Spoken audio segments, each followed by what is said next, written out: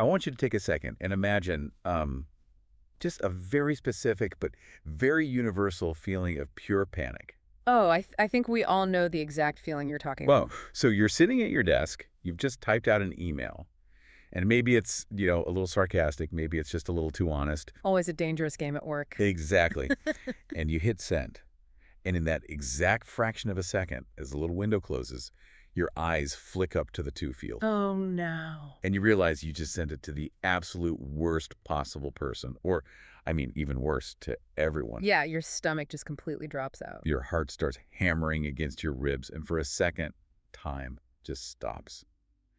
Well, today we're doing a deep dive into a source called the Reply All Revelation. Which is such a fantastic case study. It really is. We're looking at a situation where that exact trapdoor opened for a junior copywriter named Alex. But rather than a story about packing up a desk in a cardboard box, our mission today is to explore how this massive, seemingly career-ending professional blunder actually became the catalyst for a multi-million-dollar breakthrough. It is a terrifying modern experience, to be honest, but the reason this narrative is so compelling is that it forces us to look at the underlying mechanics of corporate communication. Yeah. We spend so much energy sanitizing our thoughts for the workplace, and when the mask accidentally slips, the resulting chaos reveals some incredibly deep truths about leadership, about consumer psychology, and, the actual value of raw honesty. And the environment where this mask slips is just crucial to understanding the impact. We are at a company called Apex Marketing Solutions. Right. It is a Tuesday morning.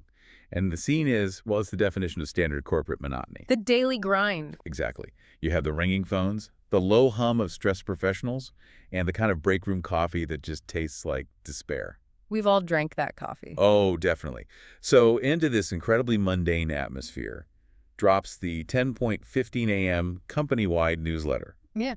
And it's just filled with standard administrative filler, like a highly contested new policy banning unlabeled Tupperware in the fridge. Truly the most important corporate matters. Right. And reading this is Alex, a relatively new junior copywriter who is basically running entirely on ambition and caffeine at this point. A dangerous combo. For sure. Yeah. So at the bottom of this newsletter, there's an announcement about a new major client, Gourmet Pet Delights, and their initial creative brief, which focuses on, quote, holistic wellness for the modern canine. Okay, that specific phrase, holistic wellness for the modern canine, I mean, that's a perfect specimen of modern corporate marketing speak. It really is. It's designed in a laboratory to sound premium and aspirational, but practically speaking, it is entirely disconnected from reality. It reflects this huge industry trend where brands try to humanize pets to sell higher margin products, and they often push way past the point of common sense. Which is exactly what triggers Alex's visceral reaction here. Alex is sitting there, thinking about the reality of owning a dog, an animal that routinely eats its own vomit, Exactly. and reading about holistic wellness. So, fueled by the sheer absurdity of it all, Alex hits reply and types out a highly unfiltered response meant only for a work best friend, Sarah. Uh-oh, here it comes. Yep. Quote, holistic wellness for dogs. Are we seriously going to market meditation retreats for pugs? I can just see it now. Find your inner Zen Fido right after you finish dragging your butt across the carpet. What a joke. We're really scraping the bottom of the barrel here. Wow. Tell us how you really feel. I know. But the catch is, the to-field doesn't say Sarah. It says Apex Marketing Solutions, all staff. Okay, let's unpack this. Because hitting reply all with a snarky comment in a quiet, open plan office is basically like pulling the pin on a grenade in a library. That is a very accurate way to put it. Everything goes completely silent while you just wait for the inevitable explosion. Right. And what's fascinating here is the psychology of that exact moment, that collision of two completely different communication styles happening in real time. Yeah, the contrast is crazy. It really is. On one side, you have the newsletter, which represents the sanitized, heavily vetted, risk-averse language of the institution. The corporate fluff. Exactly. And on the other side, you have Alex's mistake, which is raw, brutally honest frustration. The entire office reacted so strongly because they were witnessing authentic human thought suddenly displayed in a space artificially constructed to prevent that exact type of expression. And that deafening silence in the office is just the calm before the storm. Like you literally hear a collective intake of breath. The suspense. Sarah, the intended recipient, pops her head over the partition, just horrified. But then the replies actually start rolling in. Oh, man. Yeah. Janet from accounting replies almost instantly with the simple, devastating LOL. Classic Jan. A senior manager chimes in, calling it a bold strategy. And then Alex's desk phone starts ringing, and the caller ID displays Henderson. Oh, the immediate supervisor. Yes, the supervisor. A man described in the source as having a personality constructed entirely from spreadsheets and disappointment. I love that description. And Janet's LOL is actually a really significant data point here. Really? How so? Well, it indicates a massive disconnect between the company's official stance and the employee's private reality. Janet isn't laughing at Alex's impending doom. She's laughing because Alex voiced the exact skepticism everyone else felt, but was just too conditioned to say out loud. Oh, that makes a lot of sense. Yeah, the corporate fluff had created this high-pressure environment of cognitive dissonance, and Alex's email acted as a release valve. Okay, well, that release valve might have felt good for the office, but for Alex, it triggers the ultimate nightmare because an email arrives that truly chills Alex's blood. The big one. A short, sharp message from the CEO, Mr. Sterling, and it just says, Alex, my office, now. The walk to the principal's office. Exactly. This initiates the physical confrontation. Alex has to do the walk of shame, feeling like it's a march to the gallows, fully expecting this to be career suicide. Which is a completely reasonable expectation. Absolutely. So they walk into the CEO's vast mahogany and leather office, and this is where we get a front row seat to a masterclass in contrasting leadership philosophies. It really is. The dynamic in that room perfectly illustrates the structural tension within modern organizations. You have Mr. Henderson, the direct supervisor, whose face is practically purple as he demands immediate termination. Yeah, he's furious. Completely. He argues that Alex was unprofessional, mocked a multi-million-dollar client, and humiliated the agency. And then sitting behind the desk is Mr. Sterling, the CEO, just remaining entirely calm, steepling his fingers. Now, I have to play devil's advocate here for a second and just push back on the narrative that Henderson is just some rigid villain in this story. Fair enough. Because, as much as we want to root for Alex, I completely sympathize with Mr. Henderson here. From a middle management perspective, an unproven junior employee just publicly humiliated a multi-million-dollar client. That is the reality of the situation, yes. Right. His entire mandate is to keep the trains running on time, enforce protocol, mitigate risk. If we look at the reality of corporate structures, Henderson isn't being unreasonable. He is acting as the company's immune system. He's attacking a foreign body that threatens the stability of the organization. That's a great point. So isn't Mr. Sterling taking a massive, almost reckless risk by completely overriding his own middle manager's standard operating procedure and not firing Alex on the spot? I mean, that is a highly astute reading of the situation. Henderson is absolutely functioning as the organizational immune system. Right. The problem is that sometimes an immune system attacks healthy tissue because it fails to recognize its long-term value. Oh, interesting. This is where we see the mechanics of elite adaptive leadership from the CEO. Mechanically speaking, adaptive leadership is the capacity to suspend immediate reactive protocols, like firing an insubordinate employee in favor of a complex, long-term strategic evaluation. So Sterling isn't ignoring the rule break. He's just running a different calculation on the value of the rule itself. Precisely. Henderson only sees a breach of protocol. Sterling, however, performs a critical cognitive split here. He separates the method of delivery from the substance of the message. Okay, break that down for me. Well, was the method a snarky reply-all email terrible? Unquestionably. Oh yeah, a disaster. But what was the substance? The substance was a razor-sharp, highly accurate critique of a fundamentally flawed marketing premise. Sterling recognizes that while Alex lacks professional polish, Alex possesses a valuable, untapped truth about the product. I see. A lesser CEO fires Alex to maintain order.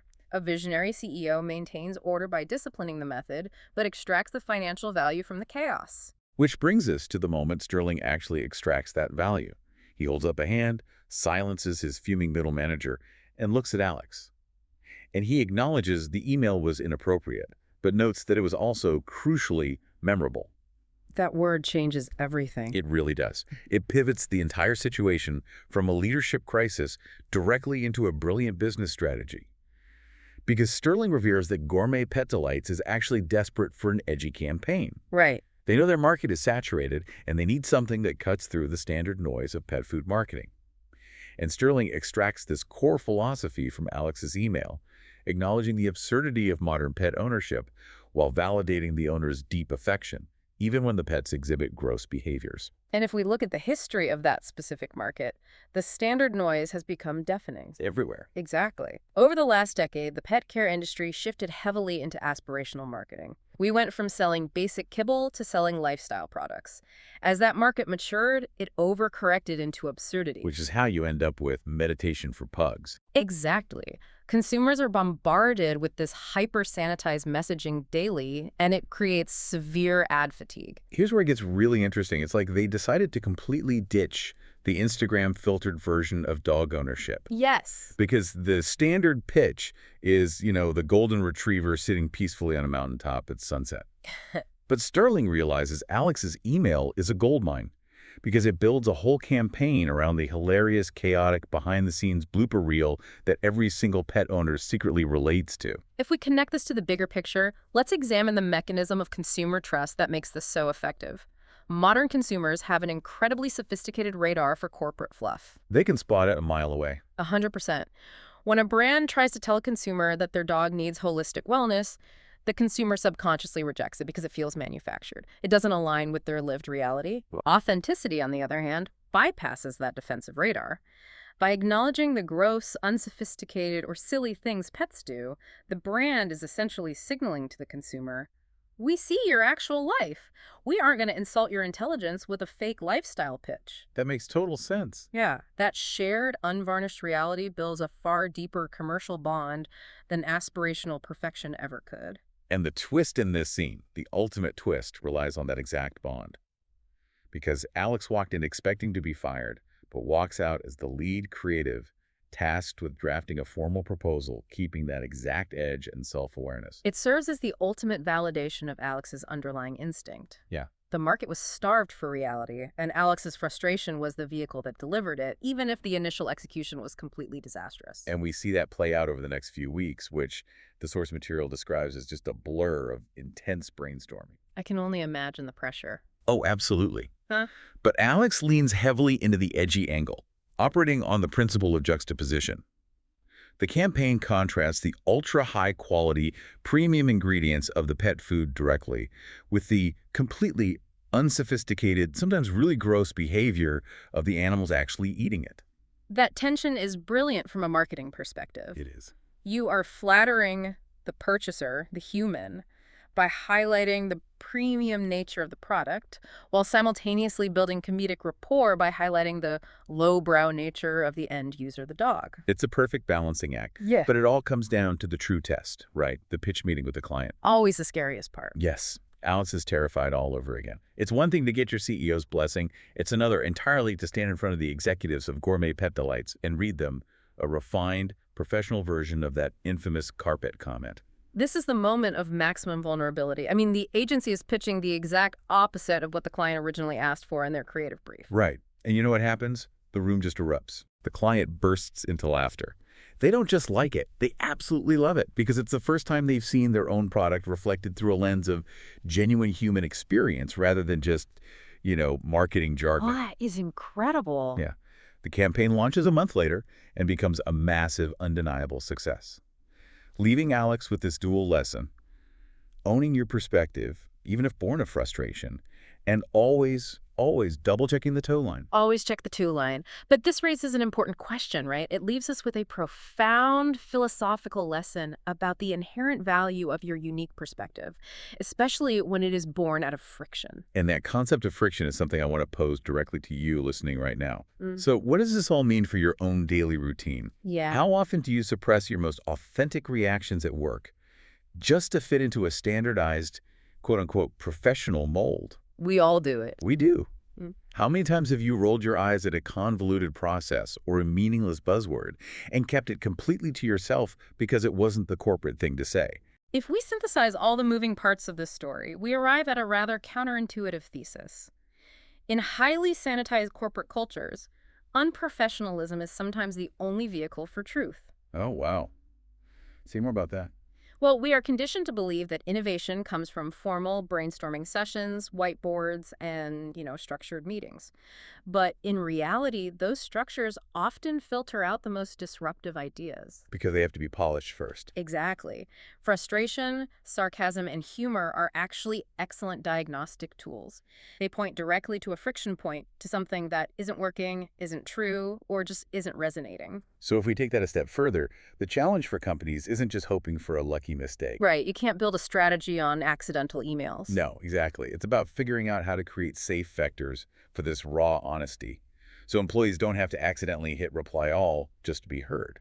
Organizations need to build channels where the immune system, like middle management, doesn't automatically attack a disruptive idea before it can even be evaluated for its substance. That is the structural imperative for modern businesses. Whether you establish anonymous feedback loops or conduct friction audits where employees are actively encouraged to roast bad ideas without penalty. I love the idea of a friction audit. It's so necessary. Reality must be treated as your most valuable asset. The best leaders don't demand a polished presentation of a bad idea. They look for the raw, unpolished truth. Because underneath sarcasm is almost always a very sharp observation about the world. We've really gone on an incredible journey today. I mean, we started with Alex staring down the barrel of total career suicide after succumbing to the ultimate digital nightmare. A nightmare we all share. Truly. And we explored the underlying mechanics of how a deeply authentic, completely inappropriate insight collided with a visionary CEO. By separating the method from the substance, that massive blunder transformed into a multi-million-dollar masterclass in consumer psychology. It stands as a powerful reminder that the things we try hardest to hide in a professional setting, our unvarnished opinions and our sheer disbelief at corporate absurdity, are often the exact things the market is actively starving for. Absolutely. So as you go back to your inbox today, and as you navigate the ringing phones and the bad break room coffee of your own Tuesday mornings, please always double-check the tool line before hitting send. Definitely do that. But we also want to leave you with this final thought. Think about the snarkiest, most unfiltered thought you've had about a project, a client, or a problem at work recently. The one you only whispered to your work best friend. Yeah. If you stripped away the frustration and the sarcasm and the panic, wait, strike that. If you stripped away the frustration and the sarcasm, is there a hidden million-dollar idea buried inside your critique? Because you never know. That feeling of the trapdoor opening underneath you. If you look closely enough at the friction that caused it, you might find it isn't a trapdoor at all. It might be the exact breakthrough you've been waiting for.